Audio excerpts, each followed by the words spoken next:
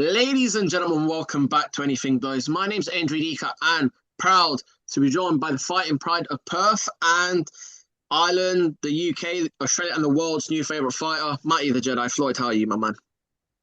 Good brother, how you going, man? Not too bad. Great to see you. Obviously, last time I saw you live, coming off a iconic and legendary win against Shane Mosley, and then we label you the legend killer. In our eyes, you defeated two legends in 2 months. You go to fight James Degale. You got the fight. You did all the trash talk. You did everything that was asked for you. And how are you feeling initially, bro? I'm like disappointed with the fight. Like everyone, I don't think there's one person that said that I've lost the fight. Everyone at the arena, I thought I won the fight. Um, and you know what I mean. Like, but we moved forward, bro. Like to me, other people probably be real upset and defeated about it. But with me, like I'm sort of used to it. I'm very resilient. Hurdles. I just keep moving forward, bro. So to me, it's like, yeah, I was upset. I'm still pissed off. It was only a week ago, but I've been moving forward since, bro. I've been thinking about my next thing, like pretty much straight after it. And Bkfc 80 won the main event. Even Darren Till gave you pride and praise, and we'll go on to it after. You headlined the AO Arena in Manchester. Mancunians' dreams, people in Manchester, their dreams. Ricky Hatton had headlined that arena and sold out that arena, and God bless his soul. But people from the UK wished to headline that arena, and you've done it. And bro, before we go into all the sentimental stuff and where you've come from in this year, let's go on to the fight. So, unfortunate unanimous decision loss. All three scorecards had it James DeGale's way. Let's go from round one, break it down. What do you make of the fight? Um, you know what? Like, I backed myself. I believed I could outbox him. A lot of people around me were, um, they knew he was Olympic gold medalist, which you only get that every 4 years. They knew he's obviously a great boxer. Um, they knew, sorry. That's all right. They knew obviously he was a great boxer. So everyone was sort of like, go in, rough him up a bit and that. But I really backed myself. I wanted to outbox him. Um, but everyone sort of around me, I should have backed myself in the end because I mean, both times I dropped him and every time I boxed him, but I outboxed him, but I actually did better. But I did go inside hard, like everyone wanted me to do. I know it was a bit dirty. We're both dirty. We're both dirty. Like I was getting eye gouged.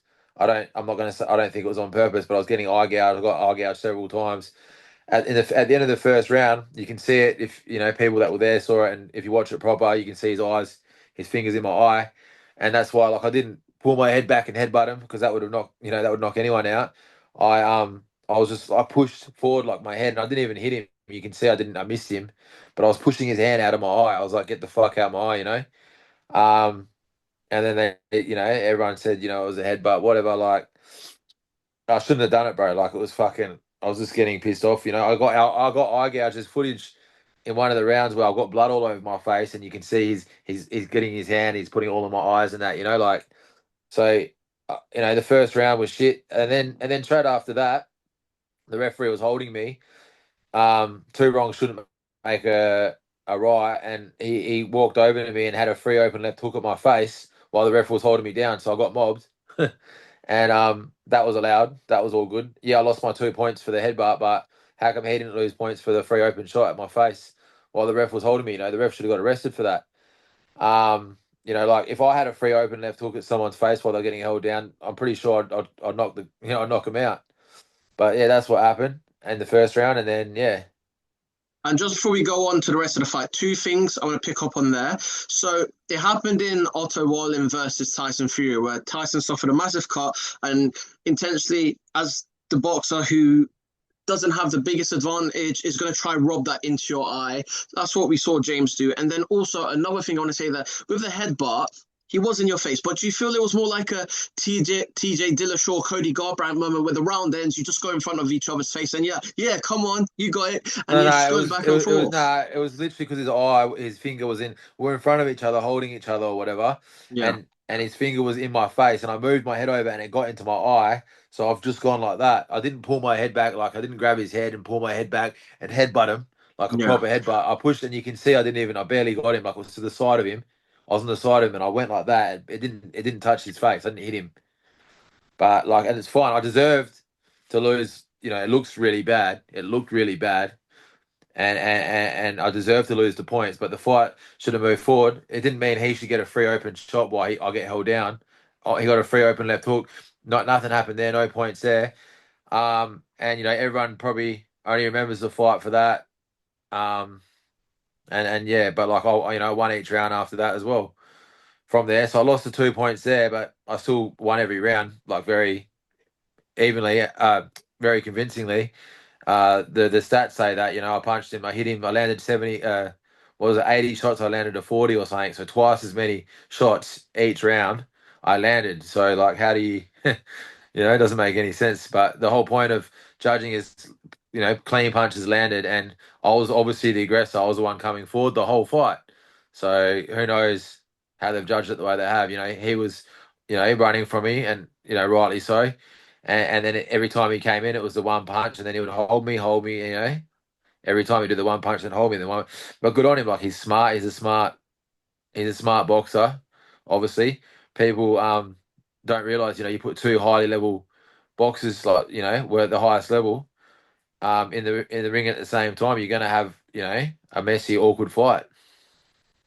And let's talk about that. I've literally got it on my phone right here. If you can see it clearly, it probably doesn't zoom in on focus. But 72 thrown from Degale, 45 landed from you, 145, 89 landed, 56 missed. You're throwing double the output, and what they're scoring. This isn't professional boxing. This isn't who looks crisper, who looks more slick. This is BKFC. This is bare knuckle. And let's talk about it there. So as you said, headbutt, he at the moment, let's say maybe a point, because he never gave you a warning prior. And then he allows James to have that free shot. You knock James down in the round. As you said, you go on to it every single other round. And like you said, you did your part. They took 3 points off of you, 1 point off of him. Do you think that disables your game plan and puts a edge in your shell? Well, you got to be professional. You got to stay zoned in and locked in. But when the referee's doing that, it's like I've seen the commentators, even the commentator said the MVP of the game or the match should have been the referee, none of the two fighters. So what do you make of that? And what do you make of the referee? The referee was horrible. He was horrible. Like, probably because of my fault. Probably because of the first round, because I did that. He probably turned on me after that. Maybe. He seemed all right before the fight. I actually liked him before the fight, and then but during the fight, what he's done is he's held me down a couple of times while I was getting. It wasn't just the one time James got a free shot. There was a couple of times. Every time that I had James in the clinch and I could have loaded up on him, the referee stopped it. Every time James had me in the clinch and he could load up on me, the ref let it go. There was times where the referee had stopped, and the only 1 point he took off James, but it was about 3 or 4 times that I was getting held, and James had open shots at my face. That's criminal. And like, and also that incident that I've just said now, and also I dropped James twice. People are saying one of them might not have been, but people are saying one of them was a very clear drop. He took the knee, bro, the first one, like his knee was on the ground. Like, how, whether it looks like it's not a drop or not, that still counts. Like, he's on the floor, like, he has to. Yeah, they should have made it count no matter what. And then every time that I rocked James, I rocked him I think 3 times in the fight. The referee would stop it. Like, he would just come in. As soon as I rocked him, he would just hold me up so I couldn't knock. He was just stopping me from doing it. I didn't fight great. It was an overwhelming fight. I felt like there's a lot of pressure. I felt like I was in the zone. I don't know why I was so aggressive. I was probably too aggressive. But yeah, it is what it is. I I definitely feel like I was fighting. I fought him and the referee that night. A lot of people agree. Everyone that was there at the arena, like, I think even I think people like the owner of the show said to the guy afterwards, like, next time I'm reffing this fight. Yeah. Like, you can hear it in the recordings that, it was like, it was fucking, yeah, anyway, like, I know that I was dirty, but like, he was dirty. We're both dirty. Um, and yeah, it is what it is. And let's talk about it this way. Going into the fight, you mentioned pressure. Do you believe that the whole of fight week, the whole of the build up, it was James DeGale's BKFC debut, James DeGale's return? There wasn't that much hint for Matt the Jedi Floyd. And I believe you built most of this card, you promoted most of this card. Do you feel like you were the underdog? What do you think? Do you feel you were the favorite going in? Did the pressure get you from Um, the promotion? I was definitely the underdog, but I think after that week, I went from being the underdog, like the heavy underdog, to being an even fight. I mean, a lot of people, even the odds, it came up my favor. Like I think he was still, I think I was paying more to win still, but not by much. At the start, it was a lot, and then after that week, But I know I was the underdog. I don't care that the whole fight was about James Degale. That stuff doesn't bother me. There was a lot of pressure on me, as in like my history, where I've come from, how I've trained myself. A lot of people were doubting what like what I can do. They were like, you have to, and I really believed into it. I backed myself, and I probably like, yeah, there was a lot of pressure with with everything that I'm going through and how where I've come from and things like that. I always feel like, what I'm doing this for, what I'm trying to show every man. Um, so when I finally got, sort of getting there, it's, I feel like I know that every fight's a must win for me. There's a lot of pressure on me to win. And let's talk about that before we move on. Let's conclude on a fight. So we mentioned round one, two, three, four, and five. You answered a few of my questions that I didn't get to answer, but obviously you knocked him down twice. Talk about the knockdowns. And did he ever hurt you, or do you feel like you had the opportunity when you rocked him? Did you rock him? And do you feel like you had a moment to get him out, and then it was stopped by the referee? Yeah, I rocked him twice. You could see it in his face. His legs went wobbly. The referee stopped it. He didn't give me a chance. It was very frustrating. It made me probably want to be dirtier, because it was pissing me off. Um, yeah, the second one was definitely a rock. He missed the first one, so I was already annoyed. So the second time, I actually yelled at him. I was like, "That's a fucking drop this time," because I hit him with the jab, and I felt I hit him at the end of my punch. When you hit it, and I knew straight away that I felt it, and I knew he was going to drop from it. People were saying, "Oh, it's because you said, bro." Regardless, he got clipped in the face, he got hit, and he fell to the floor, and it wobbled him like there was 10 seconds of the round to go, and then once again the referee didn't. That's why I was yelling at the referee, because it was the second drop. Now I wobbled him in the first round too, and the referee jumped in between. So to me, it was the third time I didn't drop him in the first one, but it was three rocks that I had, and I never got the opportunity. I should have finished him. I should have stopped the fight, but I didn't. I feel like that was the nerves and the pressure, but that won't happen to me again. I'm glad I experienced it all, because I understand things a lot better now. Um, but I feel like in any other fight, I would have stopped him if I didn't have that. But I feel like the aggression actually did me worse. I feel like if I just boxed him, I had him in the second round. Them times I dropped him was from boxing. So I feel like I should have listened to myself. I really backed myself. I think we're fighting again in a boxing match, and I'm definitely going to back myself in this fight in boxing. I'm not going to, because I know I can outbox him. I did outbox him already. I outboxed one of the greatest boxers of all time. I trained myself in a prison cell. You know what I mean? It's crazy, but anyway. I love that, bro. And let's talk about that in terms of course, and that's breaking news, but we'll get onto that in a minute. But compared to Shea Mosley and compared to all your other fights, because this was one of the professional fights that it wasn't in boxing gloves, did he hit harder than Shane? Did he hit harder than your past opponents? And how tough was James DeGale? No, Shane, his punches were perfect. You got someone that's one of the greatest of all time in Shane, and perfect. Little crisp punches, bro, they'd come from nowhere and you'd feel them, bro. Shane had more power, but James, it was a bare knuckle fight, so the bare knuckle punches, they don't hurt on the night. You don't, you know something's happened because your body like lets you know, but you don't feel anything until the next day. I didn't even feel anything from this fight. Even the next day, really. The only time I felt anything was when they put the stuff over my eyes. The what do you call it? The Oh, the fucking Vaseline. when they clean it. No, no, no. After the fight, when they clean the eyes, that's the only thing that hurt. That stung. Apart from that, I didn't feel anything. The only time James never hurt me from the boxing. The only time James hurt me was when we were inside. Honestly, the only time was when he was having open shots at me when the referee was holding me. He had one which hurt my eye real bad. One was from a headbutt. One was from a clear, like he had a full hook at my eye when the ref was holding me, so I couldn't stop it. That's what actually fucked me up the most. Like realistically, like I should be complaining about this, but I don't care. I move forward. But that's what hurt me the most. That's what did the most damage was when I was getting held by the referee and free hook to the face. And two things there.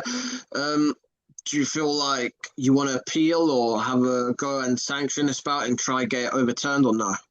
You know what? Like I was gonna do all that. We were told we could do all that, but then I was like, you know what? I can't be fucked, man. I've been down this road before. Like, I just got to move forward, man. I really don't care.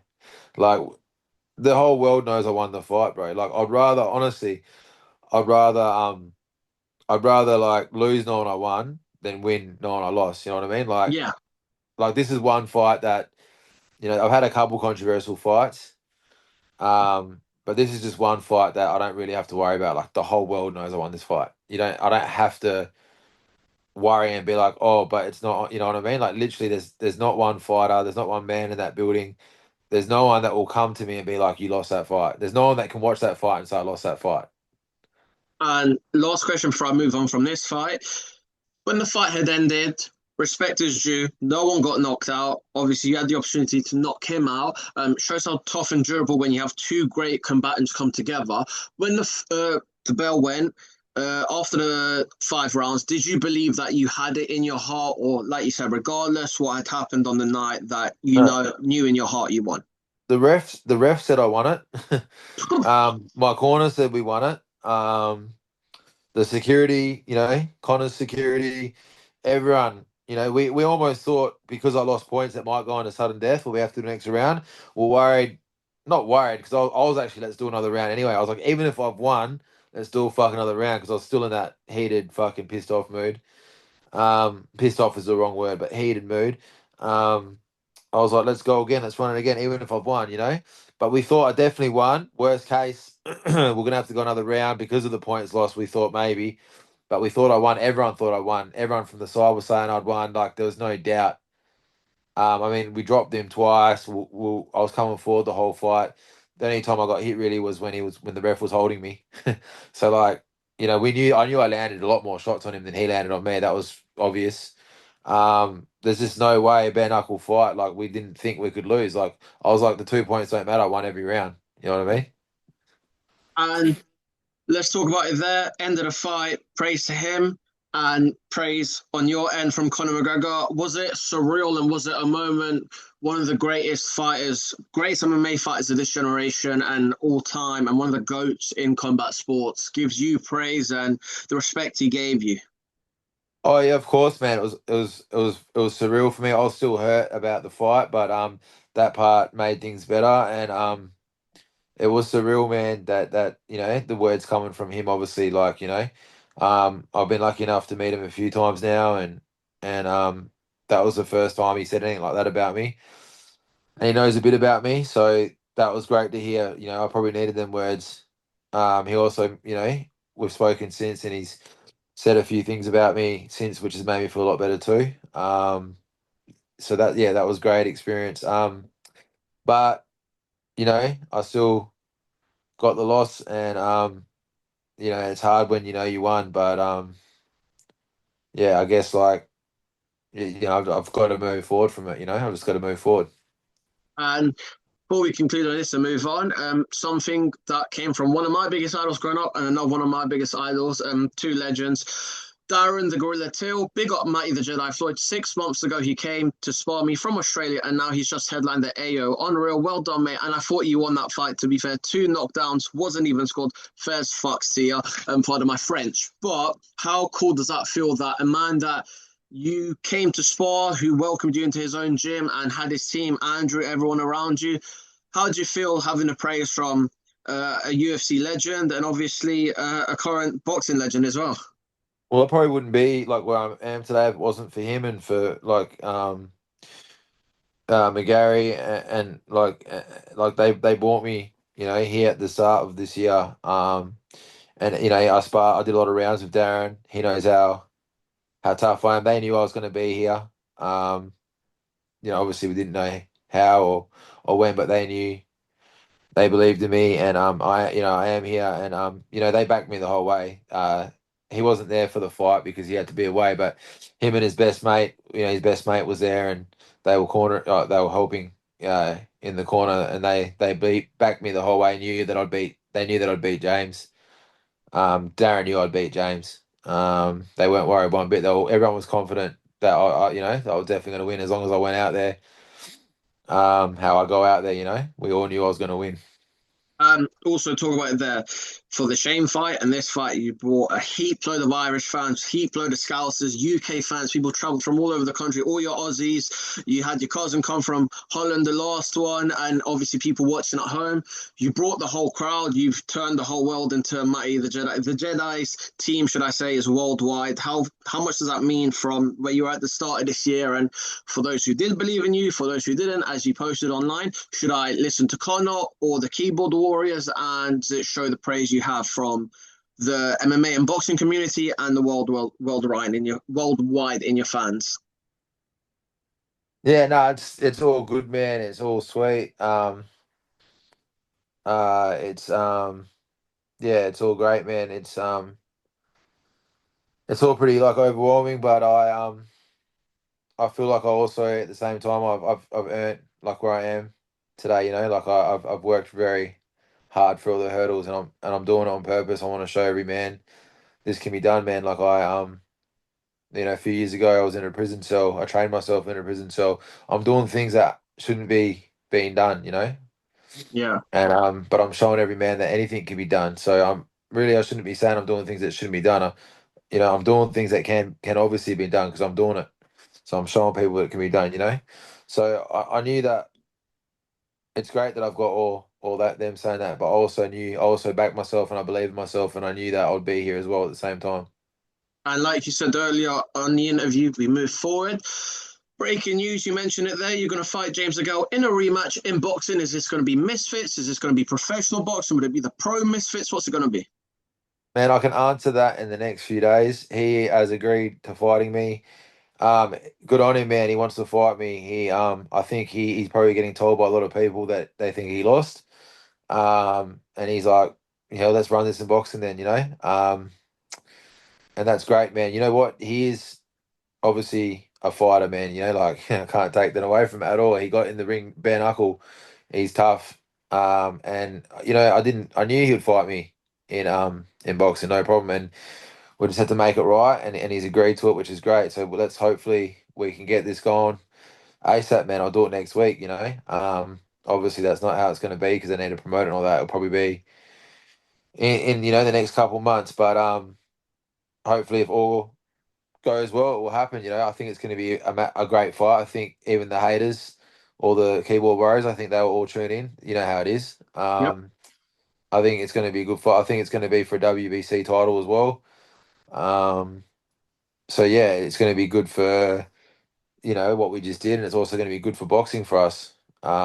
He showed that you know that he's still you know he's still very strong. He's still fit. He's still very capable. You know, he's not this person that everyone's like, oh, you know, that's all bullshit. You can see that that he can still fight and you know, he's all good. Um, so, you know, I think he's better than his last boxing fight. I think he was hurt for that fight and I think he's in really good condition. I mean, you can see he's in good condition. He had that fight. It was a brutal fight and he's ready to go again. I think he's in great condition. I think I'm going to fight the best James DeGale. In boxing, to go decision or do you knock him out? I think I learnt a few things from that fight, so I think I'll knock him out. We all know I'm not getting knocked out. I think he knows I'm not getting knocked out. Um, I you know, like he hit me bare knuckle with the referee holding me down as hard as he could, and it didn't wobble me. So I think I think he's going to try and masterclass me because they think I'm a shit boxer and this and that. But well, I can't wait. I can't wait to show. You know, but I think I'll knock him out. But we're going to be an island, so it's not going to be. I'm not going to. It's going to be fair judging, Mm-hmm. not judges on my side. It's going to be fair because I want it to be fair. I'd never want to win knowing I lost. I want it to be fair. So I don't have to worry so much about. Normally, like in England, I knew I had to knock him out, or what happened would happen. Um, but I don't have to worry about this time. So I'm not. I think I can outbox him. So I'm not thinking, oh, okay, if I don't knock him out, I'm gonna get robbed again. I don't have to worry about that. So I'm not going in there to knock him out. I'm going in there to outbox him because I believe I outbox him. But I think from what I experienced the last fight, I wobbled him. I didn't even get to put in my best, I think I will knock him out. Like yeah, I think I'll knock him out. Would it be the same way that Darren Till knocked out Luke Rockhold? I don't, every fight's different, man. That was a great knockout. I'm not gonna take anything away from that knockout. I don't know how it's gonna be, man. I knock people out differently. I've got different. The way I use my power is obviously different because of the way I fight and the way I throw punches. Um, so yeah, it's I don't know, man. We're just gonna have to you have to tune in.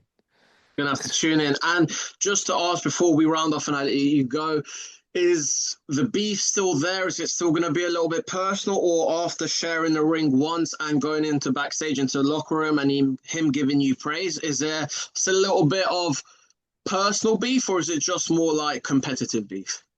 It's competitive beef. It's never been personal. Um, But do you think I you got think under his skin in this one? I think that I think we got under each other's skin. I think because of where I come from and that I haven't come across. I feel like like he's got that arrogance where and I don't like that sort of stuff because I've achieved a lot, where I come from too, and I won't accept that from anyone. I don't think anyone's better than anyone. Um, and he might not. It might be just his boxing vibe, the way he is when he boxes someone or something. But it feels like he's got this fucking thing. So that's sort of how he got under my skin, and how I got under his skin was I was just being myself. So I think it's not personal, as in like obviously we don't know each other, man. It's definitely like a competitive thing. We both think each other like I think deep down he knows he lost that fight, so the beef will continue on now because of that. Like we definitely like we both have a point to prove. He whether he will never probably say it out loud, but he knows. I know personally. I know a lot of his mates are telling him he lost. I know that for a fact. So I know that's been told to him. So he won't. So but this will settle it. Like I believe I said, you know, bare knuckle. Was going to be harder for him. And I've always said though, but I'll beat him in boxing. I've said that from day one. I was happy to box him before the bare knuckle fight. So hopefully this will settle the beef. Um, but yeah, we'll see. I mean, it's going to be an interesting build up because there is a bit of tension. So we'll see what happens, man. I could be in a week's time, bro, be speaking very differently about this. Penultimate thing and question before I let you go. Obviously, I just want to say on my behalf, you're an inspiration to everyone.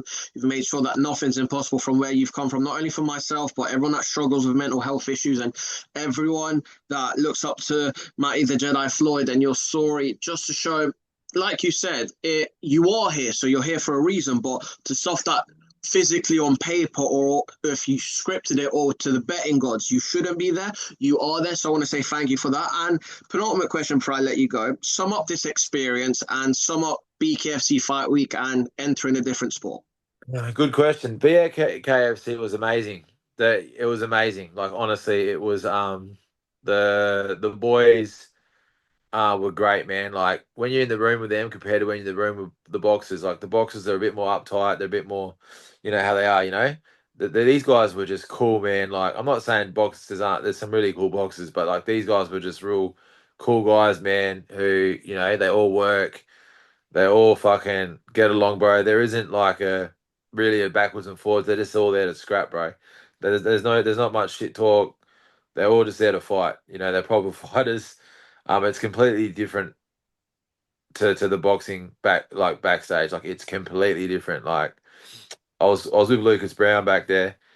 Um, the only ones being uptight there were really the boxers, bro. Were like James Degale and his boxing crew. All the people that were there to fight the bare knuckle fighters were all fucking just down to earth, man. Me and Lucas were laughable, bro. Like, look at these guys, like you can tell they're different. Bare knuckle fighters compared to like the boxing background. We're having a laugh about it. All sick guys, great people. Um, Even the fans are all like different sort of people, like my sort. Um, it was the show. Obviously they're still building. It was run a bit, but like the people were all good people, man. It was a really good experience, to be honest.